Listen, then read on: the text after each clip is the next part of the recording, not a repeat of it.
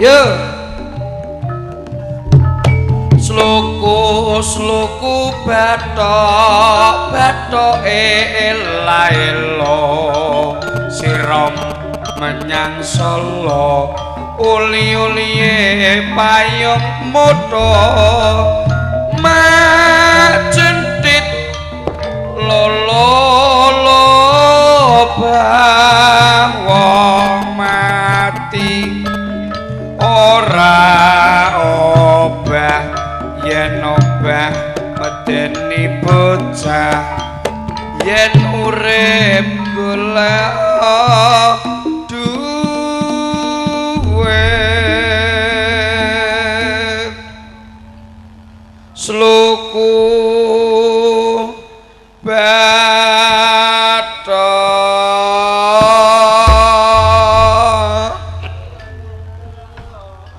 sluku semene lho bathok resik ora ana wong delok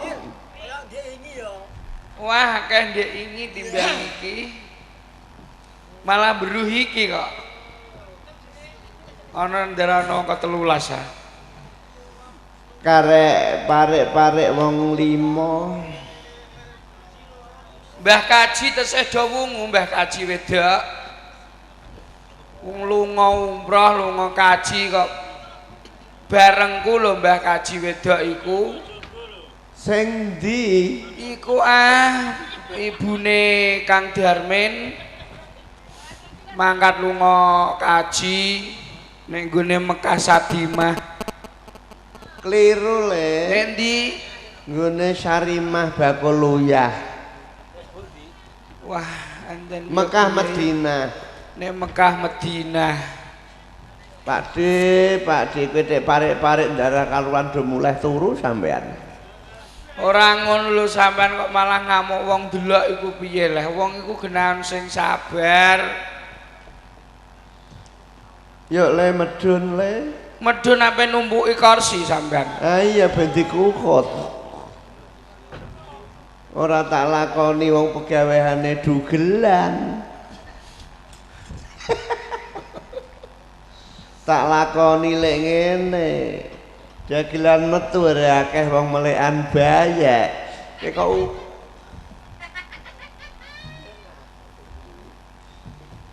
iku telasare isih teng deletak di suwekan kerdus kowe apa lapo kok njupuk kursi lah kono lungguh aku dak tak milih lungguh sing penting jame tutuk kowe karo aku iki ndongakno karo putuwem denger putuwem ta ora Rifki Abror sapa jenenge le Rifki Abror nak bukaji ya mabrur ora ngono lho ilir semua bukaji sampean anten yo kowe karo aku ngene kok nyawang kono blereng ya nang nggone ngisor lampu malah kaya pitik daging lah ya kok aku kok disorot kaya kodhok mbah sampean ki tuwa-tuwa mbah lah apa kok ora isin karo putu wong aku kok tuwa lek nek tuwa nek ora digondol codot Lapa? Aku iki jeno murung tuwa. Barakane sapa? Lagi gemotrok. Ya piye-piye lah ya ditlateni, Mbah. Toprake Pak Kabul pembakaran api ngene ana bintang tamune Mbak Indri karo Mas Utek ya. Ah bintang tamu kok ngono ku dargane larang ya. Bambangane sing dadi angling germo barang mau dak ya. Kono angling germo iku piye sampean iku? Iku mau lho lagi bar. Angling Darmo. Iya, toprak lain daripada biasane. Laine piye? Wis pemain apik-apik ditambah sing rego larang-larang TKT Kang Darmin ya ya. Mulane Kang Darmin dasar duwe ana Disetujoni sing wedok jane yo jane nek Kang Darmine ya sakanane sembarang ningal sing wedok bekunung njaluk sing apik-apik. Sing sapa iku? Karsini. Yutarsini. Pak no bun-bunan dagelane, dek pemainnya, dek bambangane, ben sing nonton kerasan. Iki engko nganti rampung ora mulai wong latane peteng. Kelakon nyunatno anak lanang yo ngger. Mulane bejo sunatane iki sok gedene rezeki iki. Rifki wah jengen kok angele ngene lah jengenku kok gampang penjual ngono tok cah. Ya apik. Iki bejo sunatane unan kebenaran sunatane dadi Joko Kembang.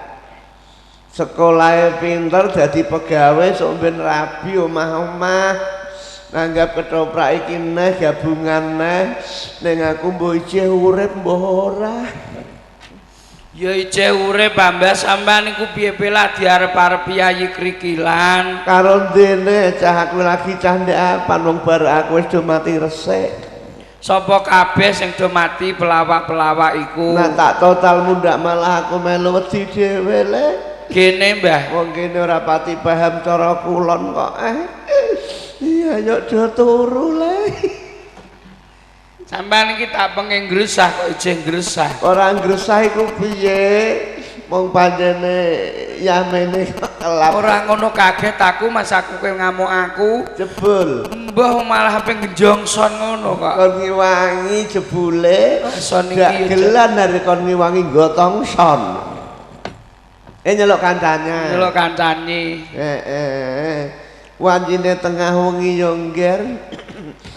Sepi nyenyet donya mampring. Rino mam kok sawerane kok ya sarung loro. Bengi-bengi iki engko menawa gendan mori menawa. Alah ya ora kabeh Kang Darmin. Iku Rino mam di apa sawer sarung loro pedet rupane abang sing tegese najan joget ketoprak aja lali sembayang sebabe kono iku ya masjid musala sing nekakno sing nimbal iki ya Bu Hajah jare tuku beras diadai manci maksude Mbah sedelo engkas kowe karo aku do lunga kaji amin wong bakate dagelan kok munggah kajiku mila dongane sederek mriki purun ndongaaken dagelan Pak Penjol supaya saged munggah kaji nggih Pak Bu nggih ora ketang kurang kok 400 tahun Kas. Lha sampean iku umure pira kok 4 tahun Kas? 57 mlaku sithik kok. Ora. Delok engkas sik swidak. Bar swidak 70 tahun nek tutuk nek ora tutuk aku ape ngojek aku. Kok ngojek iku sampean iku lunga umbal. Iya nak mikir wong urip ning alam donya padang nyawang wong ayu wong ganteng mangan enak. Nah wis kapundhut wis mati tek ngarep mburi diapet ngatemi.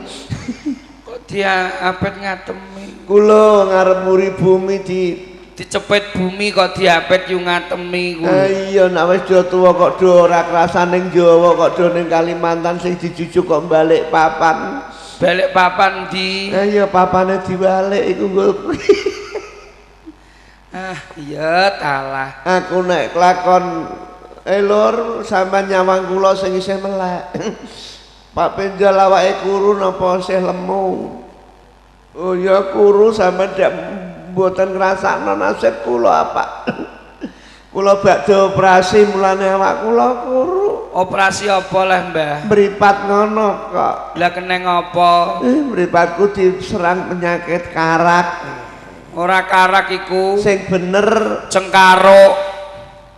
Penyakit katarak kok penyakit karak. Ayo umur wis mesu ida. Momba mambu penyakit iki esuk lan sore nek ana matiku piye ayo ya. Aja guyu aku tak critani kok. Ya guyu sampean critane ya ngenes-ngenesi wong kok. Kelakon aku mati gledak wong krikilan nanggap ketoprak iki dagelane rak wis ora penjel nah ya ya. Sebabe lah mongko mati ngono kok wong kene ndelok kacek 1000 nek ora penjel ora seger ngene kok kurang mandus ae. Nyawang aku lek mandus iku ora kok perkara leku lucu ngger. Lho perkara apane? Bagus iki lho aku. Oh nine bagus jare pinter ngaji nek disawang terus ora berjaji. Anjen sampean nyawang jarak jauh rak ngendika kurang bagus. Nggih. Jajal jarak dekat iki nyawang aku ora mblenger kowe. Blenger wong ngancen cerak lampu. Toprak kok mangane rupa-rupa ana rokoke rong pelat rina wengi ya. Jangane ijo-ijo. Sing tak pikir ora jangan ora rokok le. Sing mbok pikir apa, Mbah? Riase kok nek tengah tebunan mledeke dileboni orang-orang. Orang-orang lanang menawa mulane beler. Ya ora masalah. Lah sampean wong pinarak teng kursi ngajengan dasare gesek. Ngene iki lho upamane wayah Januari utawa Februari ana udan delalah kancaku redek rada kaya kolak ya. Rujune kok ora ana udan. Lah karek rakyat kene pripun lur dulur? Jarak sedina rong dina telung dina paringi udan apa panas terus nganti 6 sasingkas? Oh njaluk udan menine. Nak panjene udan ndang teka wong tani iso nggarap sawah lan tegale nandur palawija pari sak piturute. Nggih. Hasile mati kel tekuk sok kabumi mesti wong kene nanggap ketoprak. Kira-kira toprak ndi, Mbah? Abane arin jeruk. Lah nak bakaran ora jarak jauh nak wis tumbuk darah iso pas dinane. Oh nggih. Kelakon karepe dulurku lanang sermen karo Karsini ya ya Mbak Karsini jane ya ora nanggap ketoprak iki do ditawani ketoprak aneh-aneh nom-nom akeh Karsini ning emah sing bekunung njaluk iki rak mbahe wedok sing sunat Mbah Kaji. Sapa Mbah? Satimah. Ya ora masalah wong Mbah Satimah. Bakaran wae dek tuwa-tuwa lah wong iku pancene ya idolaku ndek mben ngono ya Satimah. Pak Penjol. Apa ngger? Sebabe sampean wis diklangeni karo piyayi krikilan. Ya diko kok warna-warna ya daerah Sumber ya. Ana bayem mek nganti pol. Maksude pol bayem. Ana kono iku desa kok digondoli codot. Desa ndi? Jambu. Ayo malah tulup-tulup dienggo kedung-kedung tulup. Kowe gelem rono terus wong pelem nak bapang gandhik gar ya iku mbok pelem apa kok sengir. Desane ku ya desa iku. Nama desa ya ngger. Nek mon urip rak jenenge ana Penjol ana Tengil. Nggih. Ana Bulik Karsini, ana anak lanang Darmen, ana putuku Rizki mau. Nggih. Mbah Satimah. Pinaringan panjang umur rezeki kang sempulur kuat nunggoni iki putu sunat. Amin. Nganti sok ben buyut canggah wareng degudeg gantung siwur 10 turunan kas yo Mbah. Amin. Wong iku ndek enom ayune dahe apa ya. Wis duwe putu nganti sunat kok ngalor ngidul ijeh pantese ngono ya ketok grapyak lho. Semanak dasare ya mumpuni kawruhe kok ya ngger. Wong Mbah Satimah kok. Ambune dek ya semberbet ngene mambu kok kene. Semberbet menyake. Minyak wangi ana, minyak sedap ya akeh.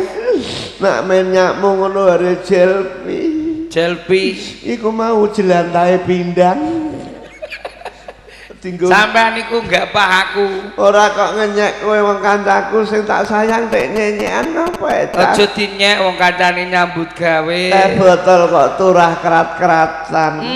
Aja dahar manis-manis, aja ngunjuk legi-legi akeh-akeh ya, Mbak. Mari diabetes utawa kencing manis. Aja mangan bangsane bakso kuah-kuah kolesterol tinggi bahaya. Bahaya. Aja mangan bangsane kacang-kacangan akeh-akeh mlinjo aja. Mari asam aurat. Asam urat kok asam aurat iku lho. Ayo mangan-mangan saiki sing inuk-inuk kok ana epe kelek nggih Pak nggih. Sirian. Sesuk ape mangan dinglek aku. Iki lho ana dinglek loro sampean pangan. Mah dinglek kuning pawon cendhek sing dienggo masak wong wedok-wedok kok nggih Bu nggih. Bar dienggo linggih wong wedok awake lemu tanggale tuwa tak bondol aku rak padha karo ngletak empal kakehan kecap. Wong pancene biyen iku godhong pethet diuruti digodhog pun inuk nggih. Dadi jamu. Kangkung dirajangi godhog plunguyah pun inuk. Dadi jamu. Nah saiki kok mangan sing inuk-inuk kok dapake malah elek. Mulane Kemajuane jaman saiki sing dipangan rak hamburger, capcay. Ya. bangsa roti-roti ngono iku. Montor loro iki ape ndelok apa-apa nyawer rek cah. Mandek wong ape lunga buah me Kang Darmin kok Imam Rako kula nah. Omah nak pinggiratan kok rejane ngene.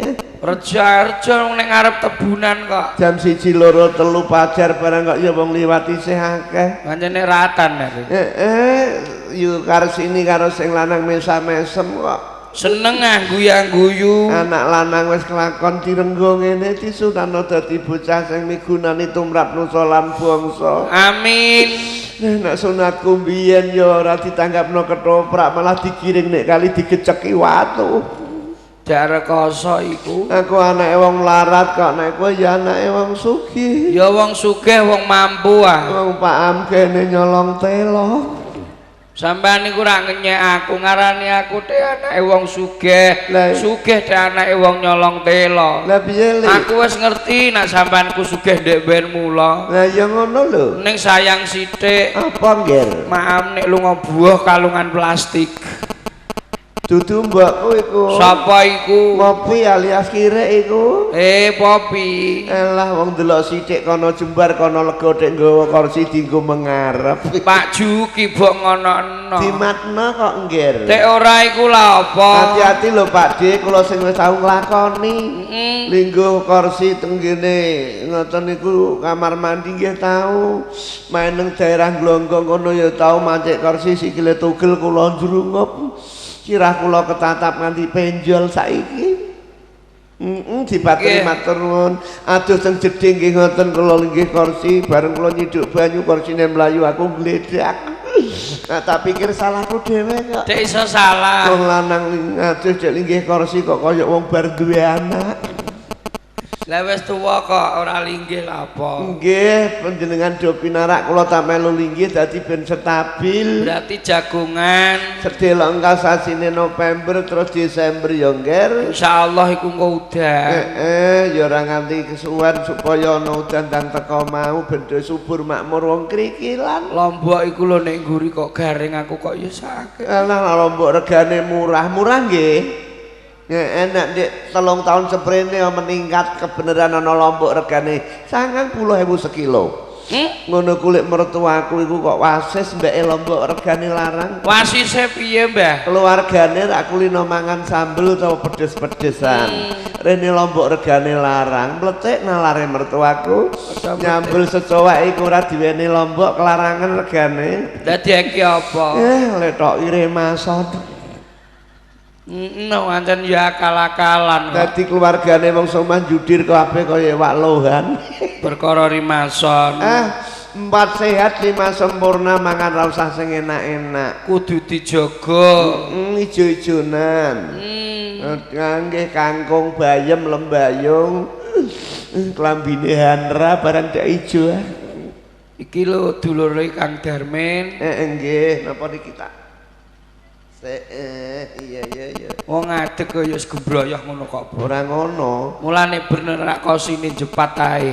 Lho aku ora rumoso wae kok entuk buah.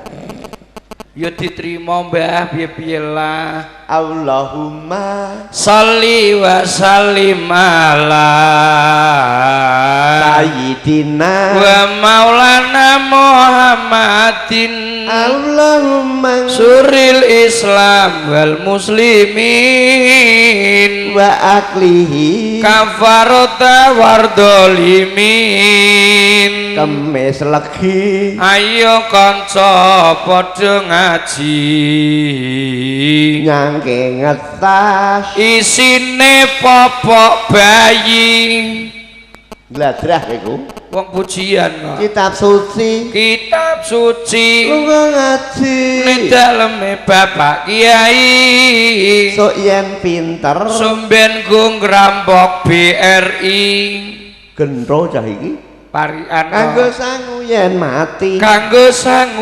mati dina jemuah ayo kanca salat jamaah mlaku bareng bebarengan karo wong berang madhep ngulon karo gelar sajadah bareng rukuk berkata katokku bengkah katoke amoh Gulung kok bertuku suran iku lho tanggapan terus. kowe pujian kok iso mbiyen ta mondok? Mondok ning Ngemlak Kajen, dudu Sarang Rembang. Kliru. Lho lah ning ndi le? Nek Tebu Ireng. Rak Jombang Jawa Timur. Salah. Jare Tebu Ireng. Dhisik tebune soklat, balik kobong dadi ireng.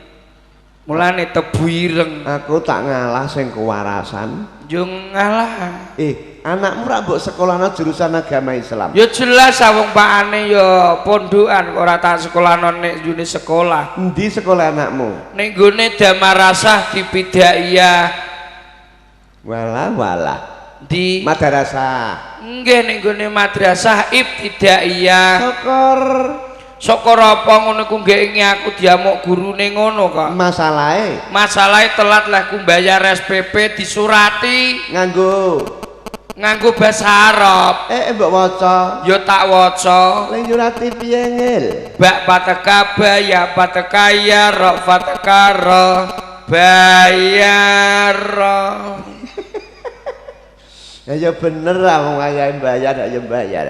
Ngono iku jeh ora trimo ya tak wangsuli nganggo basa Arab. Wangsulamu piye ngil? Sin fatekasa bak patekabar ra fatekara sabar. Pek ora. Kowe kok malah mbok kon sabar terus mbayare kapan iku engko? Ngono iku gurune ya ijeh ora kurang akal disurati. Iya le. Nganggo basa Arab. Alif dumau sin fatakasa ha patakaha usaha. Lah terus lah kon usaha aku dak mau hambah. Lah kok mau? Lah dikon usaha terus aku gregeten mara ring sekolahane kok. Apel apa? Sekolahan tak pisoi. Kliru kowe. Aku mau nganggo basa Jawa. Nanging basa Arab ndak iso. Bak dumabu bak patakabar ra fatakara bubar. Sekolahan kok kon bubar. Gregeten aku. Wong sing bento kowe. Ngono iku gurune ya mangsuli kok. Piye? Nganggo basa Arab. Piye? Mim fatakama tak fatakah tamim dumahmu matamu. Kok malah do pisu-pisuan iki piye, Cak? Ngono ku ya aku ya ora trima tak wangsuli neh nganggo basa Arab. Kepiye le? Mim dumahmu dal fatakadar fatakara mudiara. Malah kromo inggil metu. Mbok malah do pisu-pisuan sebab SPP wis dadi tanggung jawab wong tuwa. Ha iki gene ngerti. Ngerti. Nek ngono kowe donga-donga iso le. Donga ya iso wong aku njaluk walah Ibu Hajah Satimah. Nek dongane wong ape turu ana. Bismillahirrahmanirrahim. Allahumma bismika ahya wa bismika amut matanita. Lah nek dongane wong ape mangan. Bismillahirrahmanirrahim. Allahumma barik lana fima razaqtana wa qina adzabannar. Nek dongane wong ilangno setan, wacana ayat kursi. Piye? Bismillahirrahmanirrahim. Allahu la ilaha illa huwal hayyul qayyum. Sak piturute. Dawu iku. Heeh, iku dungane wong ilangno. Ngilangno apa jenenge? Setan. Setan. Nek bojoku setanen. Gampang carane. Piye iki? Wacakno ayat kursi. Ning ana syarate. Apa neh? Ayate tinggal kursine keprokno bojomu. Ora memet. Ora trimo memet ya remuk tenan karo remuk. Remuk. Lah nek dungane wong lunasno utang ngono. Ana, Mbah. Kanggo aku apa untuk umum? Umum. Para sederek nek sampean gadah utang ora usah dicicil, ora usah dibayar iso lunas kanthi syarat didongani niki lho dongane tengil rungokno. A'udzu billahi minasyaitonir rajim.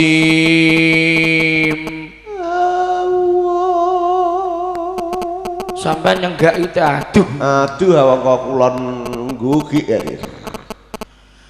Bismillahirrahmanirrahim.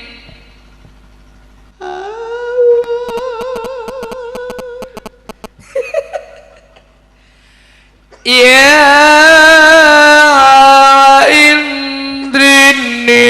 ambotas baikan nombenen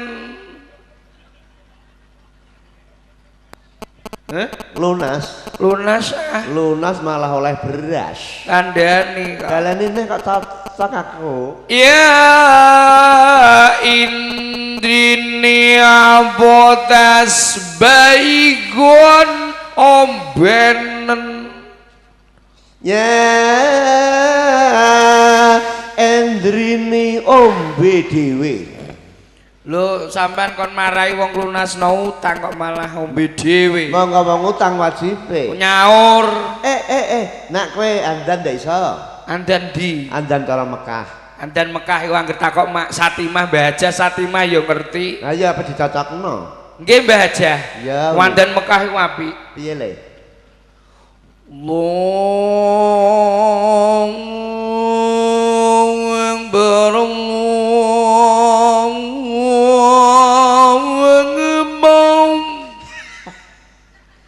Jelas cocok Abu Satimah kebar kok kulon kok. Mulane mesam-mesem guyu ah. Jaluke dagelan sing ngene nambahi sithik launine kok. Ngandani. Kok cocok kaya adzan Mekah tenan nggih Lur nggih. Cocok. Lah nek adzan cara nggone sumber kono cedhek. Masjid gedhe. Masjid gedhe sumber. Muk beda cengkok. Piye nek cara kono? Allahu Akbar. Allahu Akbar. Sip. Ora ngono iki lho kok kaya subuh ta ora? Ora. Lah nek adzan cara masjid krikilan kene piye? Ku lho engko musala. Ning musala sing cedhak ya. Jam 4 angger Mbah Juki adzan. Adzane piye engko? Allahu Akbar. Allahu Akbar. Lho kok malah ndledek. Lho sing nganten Mbah Juki kok. Sebabnya nganti suarane ngono? Sebabnya karipan sing nom-nom mak karipan. Sing sregep wong tuwa-tuwa. Monggo wis pelo. Sampeyan ora patek tumo nak sing ngandan iku nek pajar wong nom. Jelas wong tuwa sing akeh. Leres Bu? Sing nom do ngantuk dhewe-dhewe. Mbah kecuali nane pondok lho beda. Sebabnya ana sing bimbing. Jon sing bimbing. Nek desa ning omah nak bocah trah apik ya pajar hijrantal jam 6. Mulane nek koyo Bu Hajah ngono ku anggere ngapalno labbaik Allahumma labbaik labbaik la syarika lah. Lho kok malah HP lunga kaji aku. Latihan. Nyicil. Lah nek kowe urip ning gone Saudi Arabia ra iso kawor. Ya iso wong. Ape kerja apa ning kono ora ana anggap dagelan. Lho nek aku nek kono dagang ah. Dagang apa? Obat-obatan lah wingi sing ning gone Mekah do pilek do sembarang. Panase banter. Panas banter. Nek dodol obat kudu ditawakno cara kene ditawar ngene. Piye? Para sederek menawi saliranipun kraos saya lungkrah. Kula aturi nunjuk jamu manjur cap super air mancur. Wong tuku terus kempriyek. Ning nek kowe tawa ning kono ora mudeng paling-paling kowe malah bobor. Bobor apa yo nganggo logat Arab carane ya? Lho nawakno cara Arab bisa kowe? Iso nganggo bismillah. Jajal tak rungokne. Bismillahirrahmanirrahim.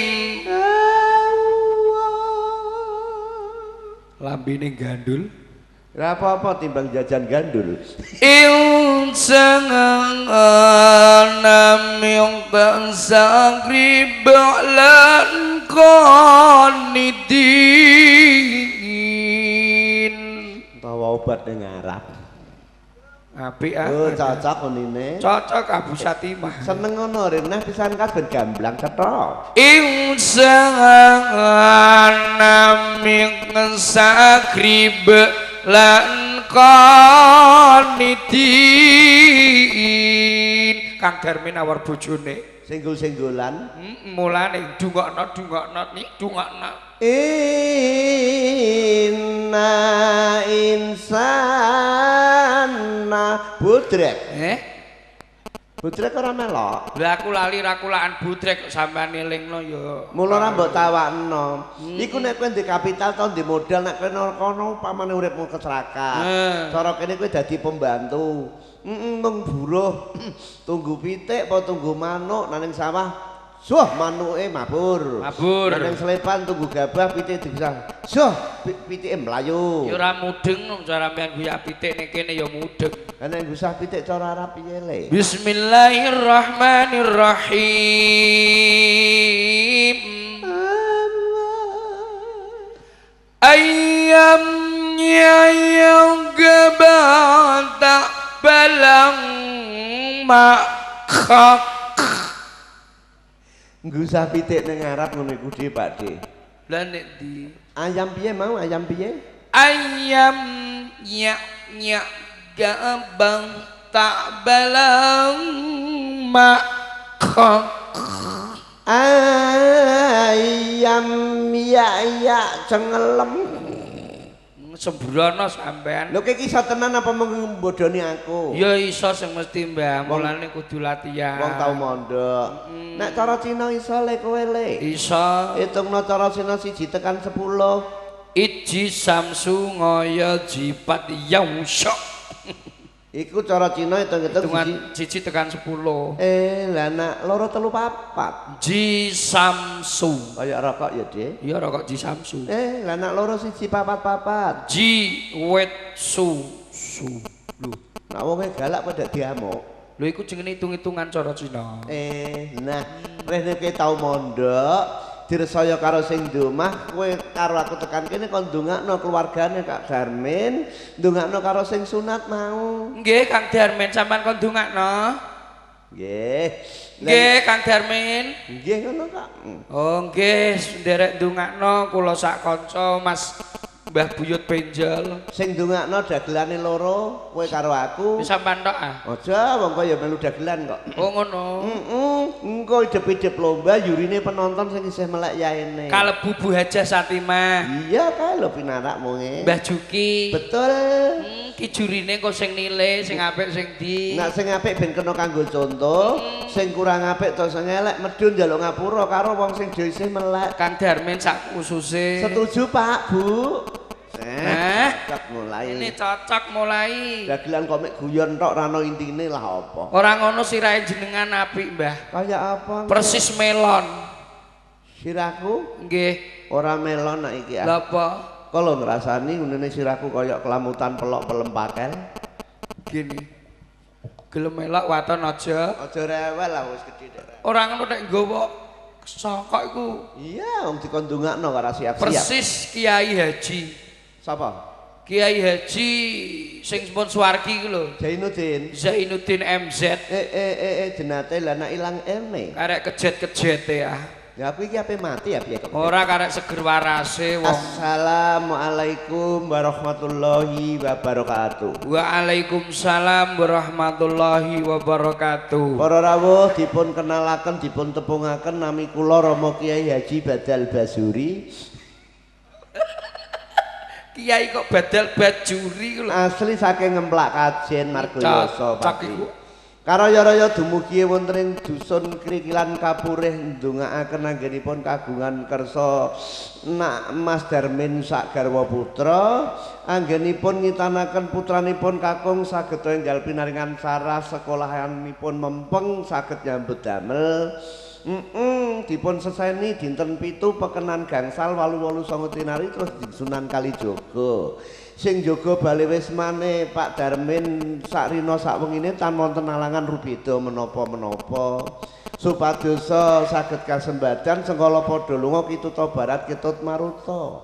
Cekap semanten mboten saged memperpanjang lebar kata kula badhe wangsul wonten jaman kelanggengan. Ndak mati ku. Piye cah kok sasar susur aku? Lha kok kelanggengan? Badhe wangsul wonten papan kula ingkang sampun sumandingan tegese sisih kene. Adicara saklajengipun badhe dipun sambut sederek kula tengil menika ingkang saking pondokan Tebu Kobong wau. Lho sing muni kowe dhewe kok ngeyel, apa ora rene? Silai songkok Mbak. Ora sudi wong padha-padha nyambut gawe kok sili-silian. Ndak aku pokok nyilai songkok Kang Darmin. Ora perintah karek wong iki lho bangun aku kalahkan wirang kok. Kang Darmin silai songkok Kang. Adoh kok jarake kok munggah kok. Kudu duwe dhewe. Iya usaha cah. Ya wis tak luru. Iya. Ngene kok direwangi nganggo ongkos ora ketang songkok sitok tok.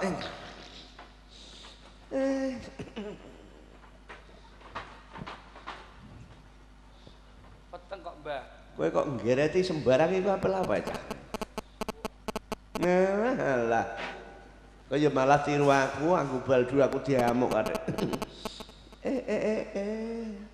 Iki engko iso tenan ora sing weton pondok nek ketak-kete sajake. Lunga iku ora nganggo sarung. Lho sarung ndak awan dudu iku kok iku ndak anyar. Anyar lha nek kowe Kang Darmin ra ono lereke. Ape ndongakno karep mandine karo apike apik endi ngono sampean. Wah, lha iku ditali telu ya pantes. Ditali telu ora dipocongi. Ora masalah undungane kok Kang Darmin mulane guyang-guyu Kang Darmin. Wis cocok. Wis disawer sarung. Durung nak engko iki. Engko iki mbok sawerane apa bukis apa? Rupa-rupa dicepaki teh. Iya, piran ameno aku dulurku Darmin. Nah iya.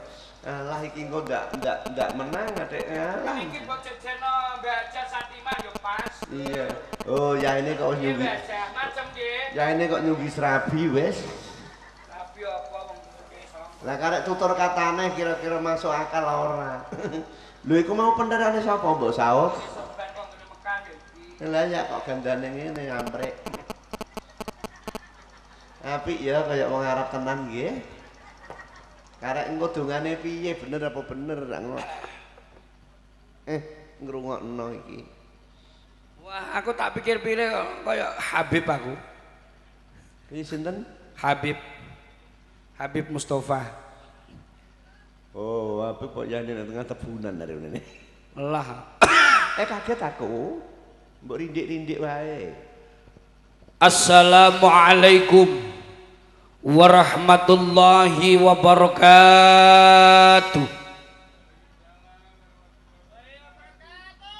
Aku meneng ae ora iso. Wong ngerti nek iki sainganku kok mbok dukung. Nek kapan ana kalahku aku perangan tua kan wirang. Bismillahirrahmanirrahim. Alhamdulillahilladzi khalaqal mauta wal hayata liyabluwakum ayyukum ahsanu amala. Shadaqallahul adzim. Iki mbah dagelan mbah pengajian. Qala Nabi sallallahu alaihi wasallam huffatil jannatu bil makarih wa khuffatin naru bis syahawat. Bu mi le loro atiku. Pak, nereteklah sesauri iku musuh. dawuh dalem Kanjeng Nabi Muhammad sallallahu alaihi wasallam sampun dawuh wonten kitab Tambihul Ghafilin. Piye iki? Inna dunya khuliqat lakum wa antum antum khuliqtum lil akhirah. Menengae adek aku kok nak kalah piye ketoprak ana pengajiane barang ngene ya. Nuwun sewu Bapak Ibu, suarane kula rada serak sebab tanggapan bendina. Ngedur kok. Wis ngedur niki welengi kiai kula ngeten nggih tengil Cak Bagus dalem yi. Nek kira-kira kowe ngaji kok suaram rada serak tulung ombeni wedang jahe ya le nek ana. Alah ya yen kowe cerongoan iku Lho ora ngono maksude. Wedang jahe aja legi. Aja legi-legi. Jare kowe sing marai pelayane ora ana sing ning pawon iki. Ora ana pancen bingung. Menawa kok ape digekno ketok rasan-rasan karo Mbah Hajah Satimah kok. Ngono. Kiai kok takok mluk-mlukan. Ora. Pantes-pantese ben ora serak. Ora serak. Monggo sareng-salung dalem menika syukur Allah dhateng Allah Subhanahu wa taala. Muga-muga kula jenengan dalem menika pinaringan barokah rezekine Allahumma. Barokah umure Allahumma. Kowe kulah apa Muga-muga Kang Darmin sak garwane, sak keluargane muga-muga dadi keluarga ingkang sakinah mawaddah warahmah. Amin Allahumma. Amin Allahumma. Aku kok nak kalah piye ayo.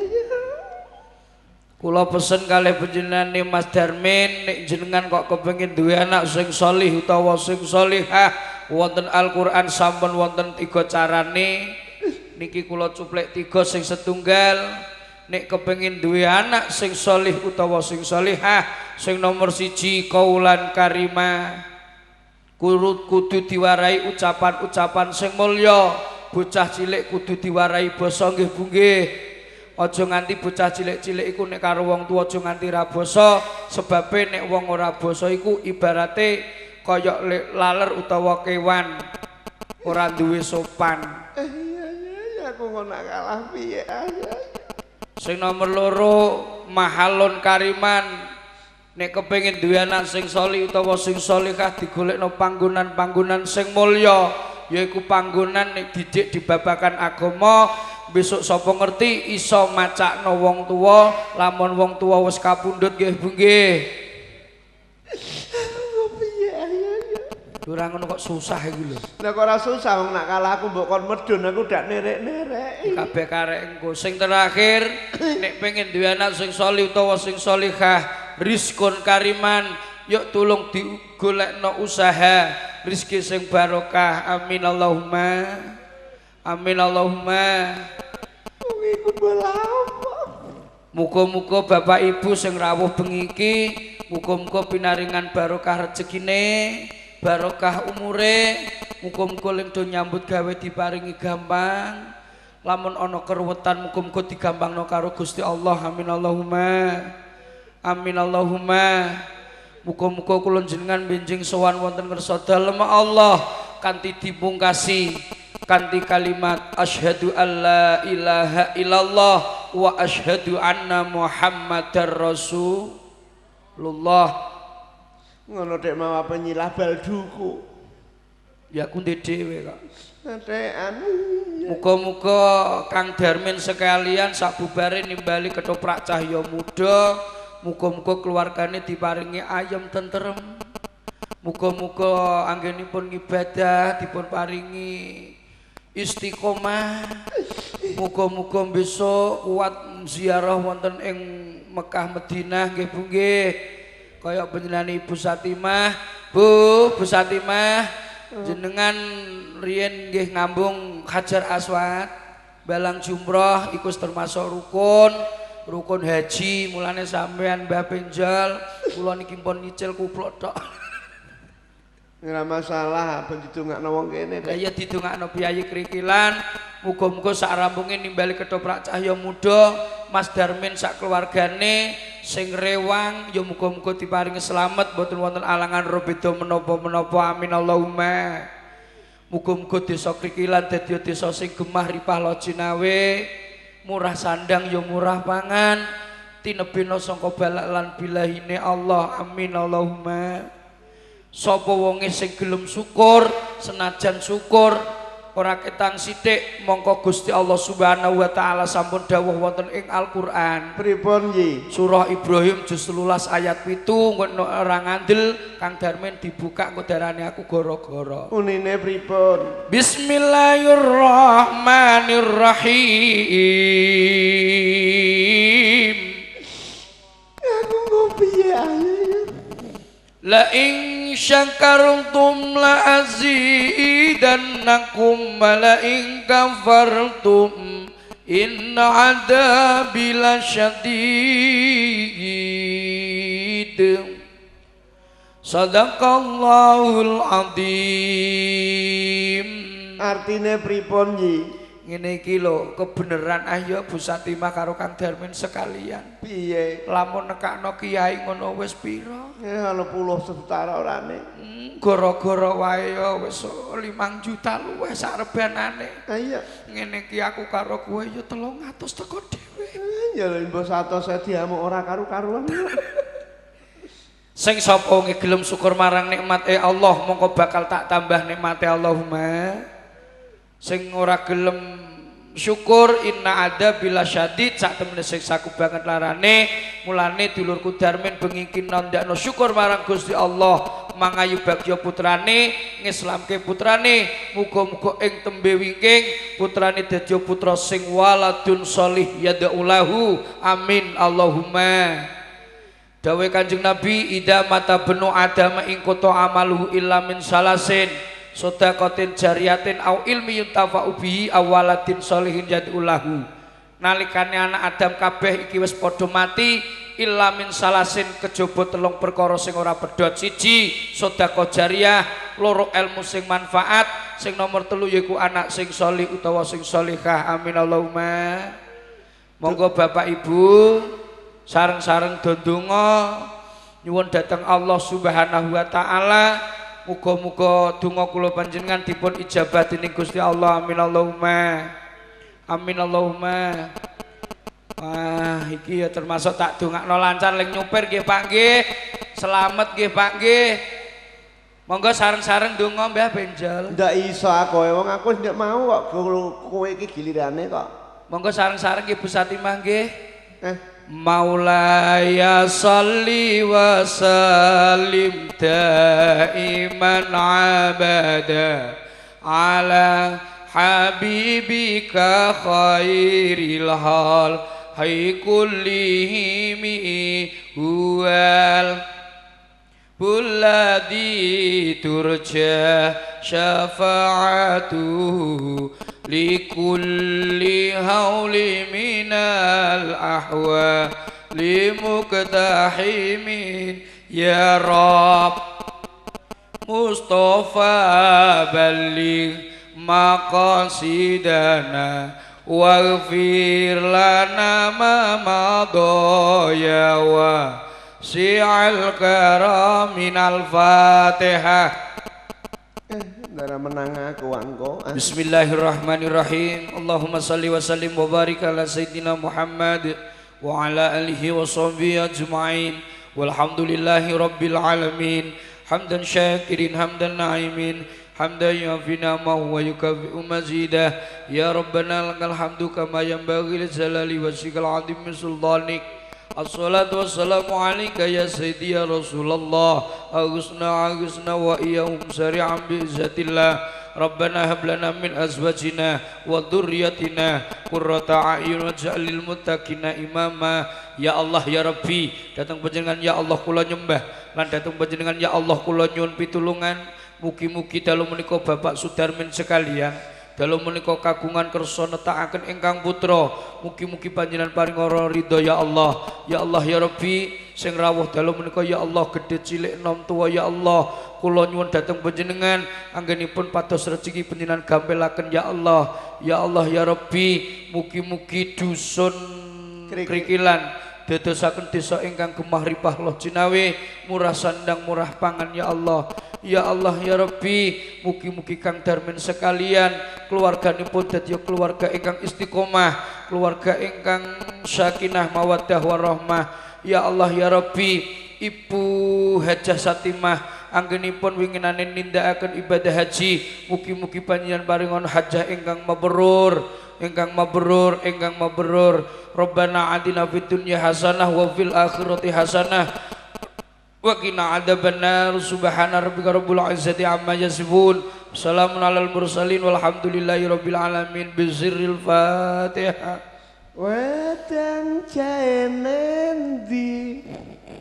Gak sida metu.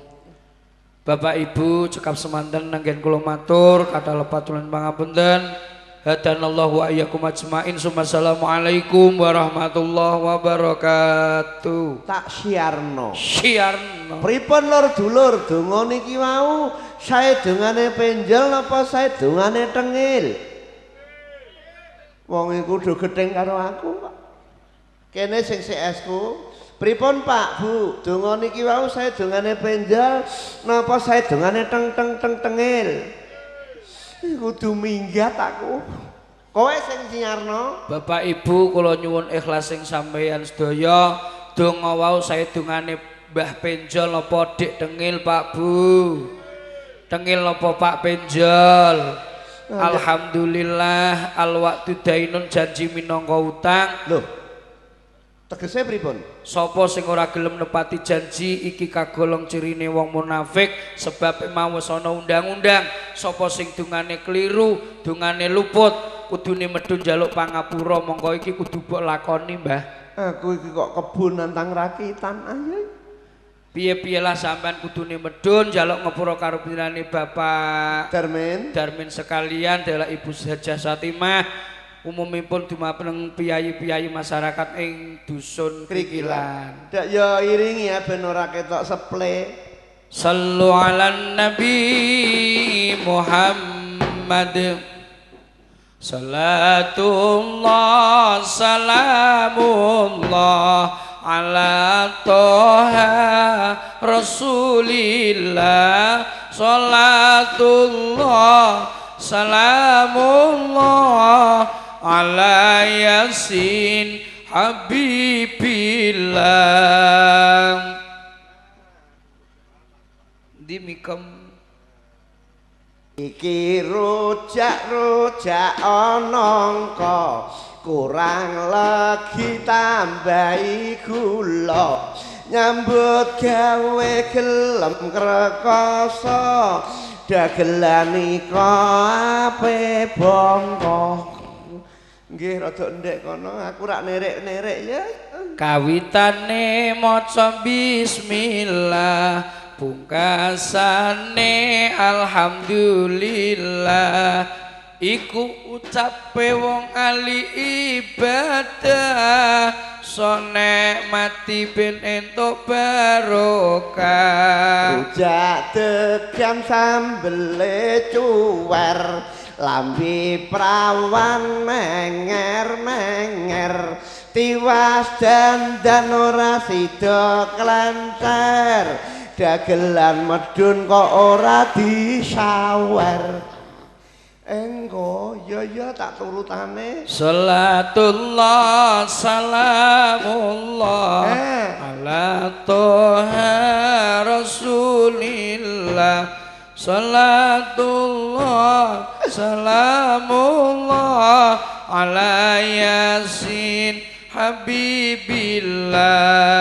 Yusarimah tuku trasi, lunga sawah mangkat jam 1, susah payah mbut gawe jaman saiki, sing duwe omah manggone iki ning endi? Teng mburi. Ya. Salatullah salamullah ala Toha Rasulillah. Salatullah salamullah ala Yasin Habibillah. Kita urip ora suwe, sing rukun karo tanggane, wong urip mbut gawe sak titahe, entuk siji ki sawerane. Iya liyane kok urung mikir.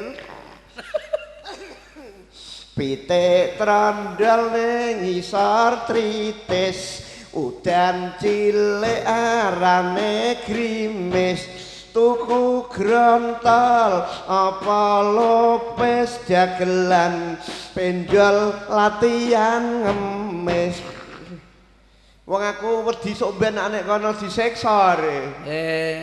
Mulane nek perkara saweran ora tak openi ngger. Sing mbok openi apa? Lu aku kadung janji minangka utang iki aku wis ora nunggak utang. Ya wis ora lek iku ibu kok ora mbok salami. Patinku dak iya. Ora wani aku. Lah iki malah do sedekap karo sanggo uang karo nggih. Are lanang karo wedok ora oleh le. Ya nek urut dudu mukrime gak oleh. Ya jane ya oleh gratine ora ser. Mau aku ora ape salaman aku ngonco krono kok. Ape ngopo? Tak nggo ape ngelungno saweran. aku bali rono nggih. Balik mubeng, Mbah. Iringine ben ora kosong. Salatullah salamullah ala toha rasulillah salatullah salamullah ala yasin habibillah kelakon karepe sengkala padha lunga kita to barat ketut maruta oh nine sembarang dengah oleh hari aja seneng lamun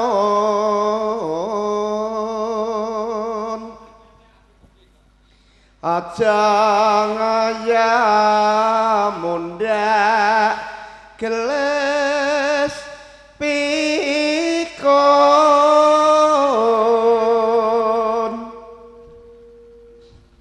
tabriya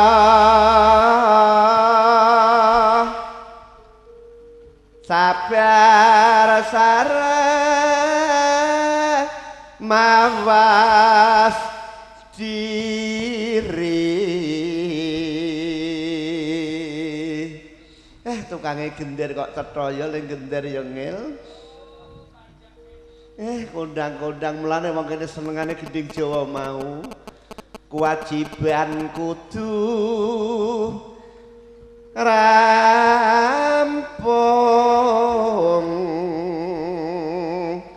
yen wis kelakon guyon maton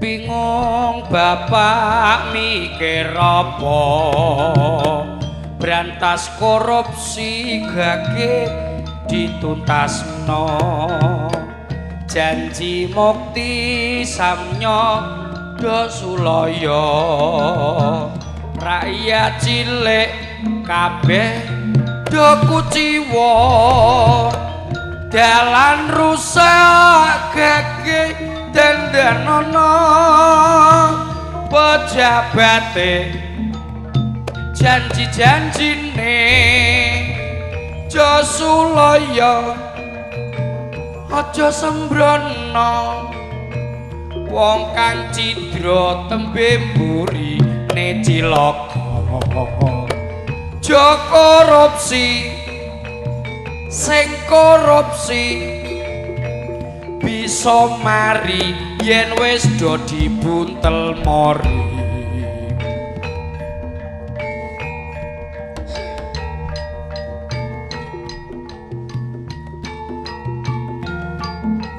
monggo Mbah Kakung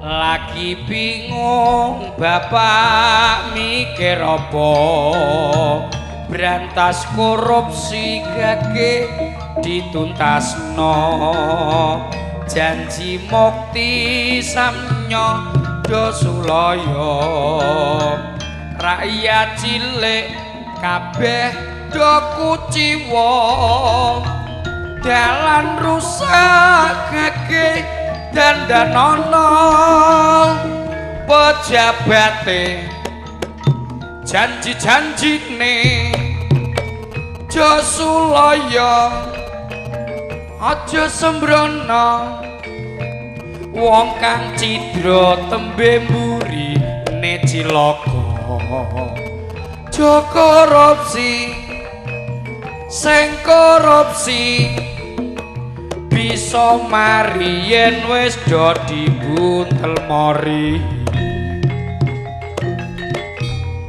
Sunane napa, Mbah? Ronda kampung sinom ijo-ijo sarung jagung engko sinome nak darane rawuh ki ronda kampung sak lomba ae. Saking Pak Garmen lan Ibu Tarsini. Oh, Bu Tarsini karo Ibu Hajah Satimah. Karo sing sunat barang. Ya ta, ronda kampung sak lomba. Ya kanggo adik Rifki Abror. Tak inggirne bal duku.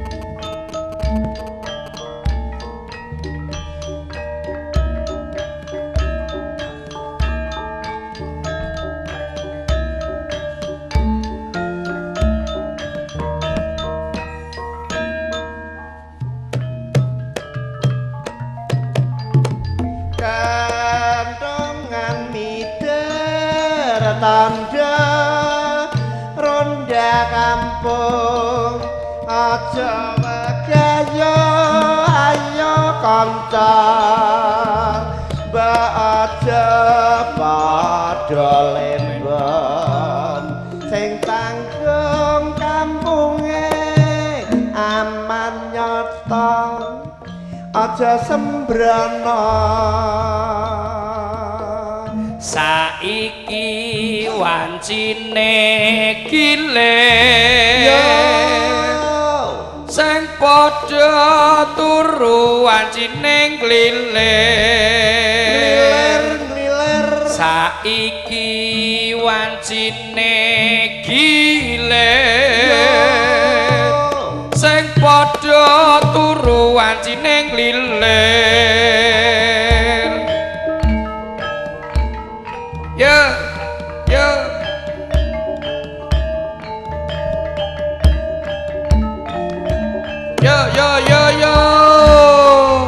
lah sing sunat sarungi ora ketang sarung jagung salombo iya wong sing sunat kok sepi ra masalah sing penting nuruti karepe sing nanggap rezeki mau ya nggih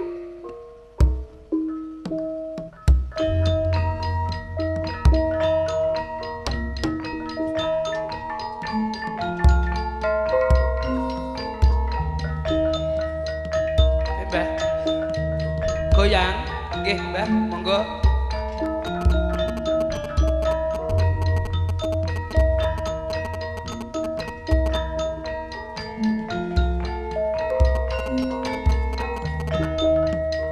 ape mulih ya dipamiti wong adan putune ya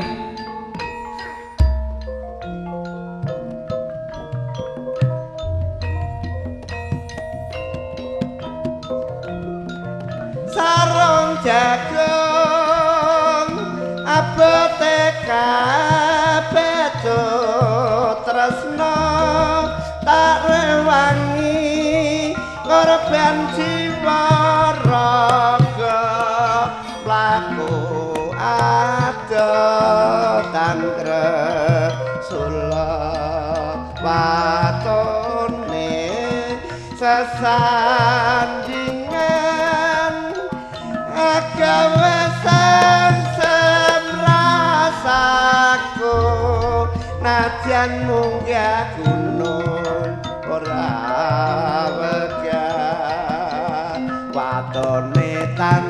sasumanding mung tansah eling sarung jagung apoteka batu tresna jantan weruh sedina kaya setahun sarung jagung abot tresnaku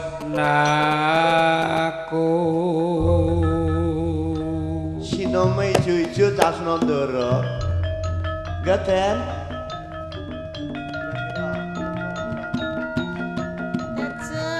Gandara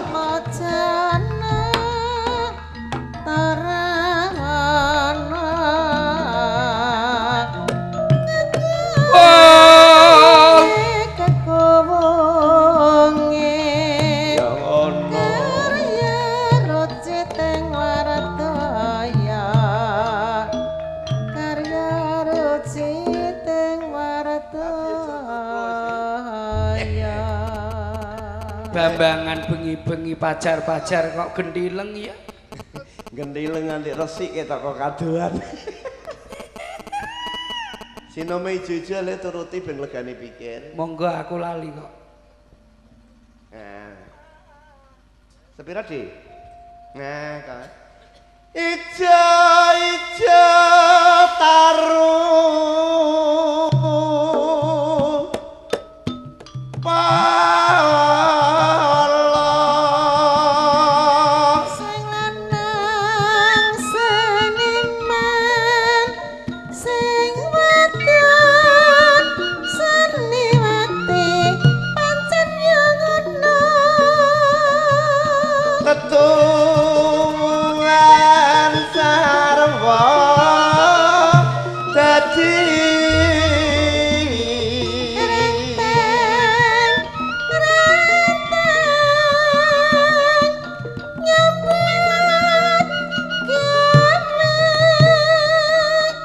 Bapak Tani terus karya mangan kupat janur lopat nyuwun pangapura Ibu Tani hanggrek wangi areng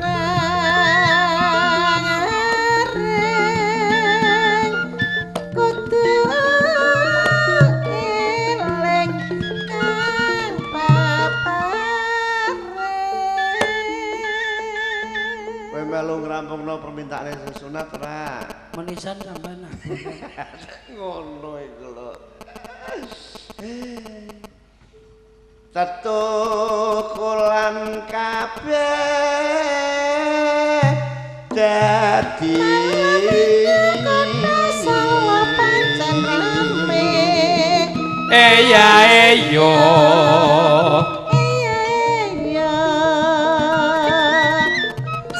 saya raku hanjari subur makmur mangga mampir apa sias napa mboten mampir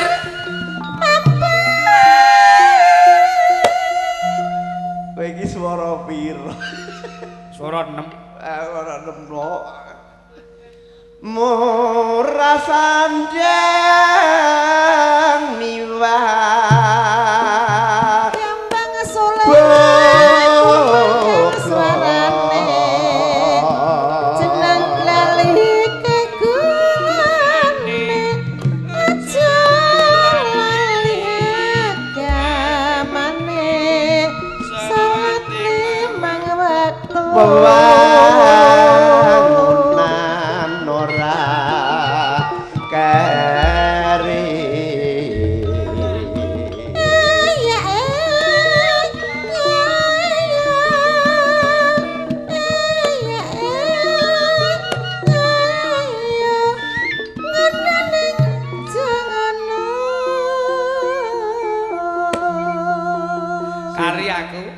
enom gending Jawa kuno layak kok dijaluki sing nanggap.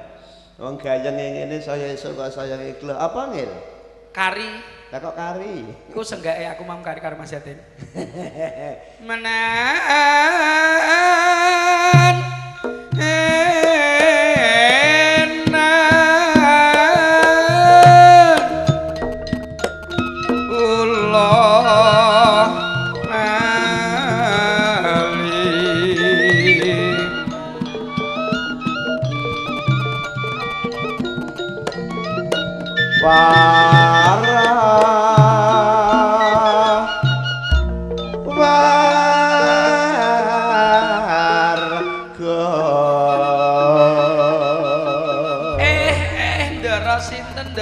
ganteng gendileng kaya manuk.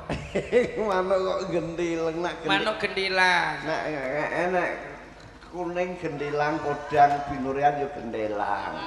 Kok malah isen aku nek karo Panja. Sebab li.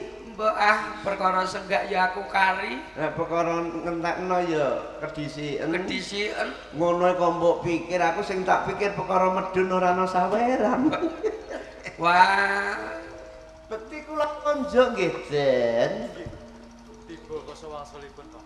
Kula nggih sami ngampiri para abdi badhe dipun ajak wonten pundi he? Paman Penjol lan sampe paman. Nun inggih. Nganti ingsun ngasta welastro. Nggih napa niku kok painah? Walastro panah. Panah. Kagem menapa, Den? Maring sampeyan. Ngupadi buron luron kang sepisan kang angka loro ngupadi kelawan Kakang Mati. Oh, ngaten.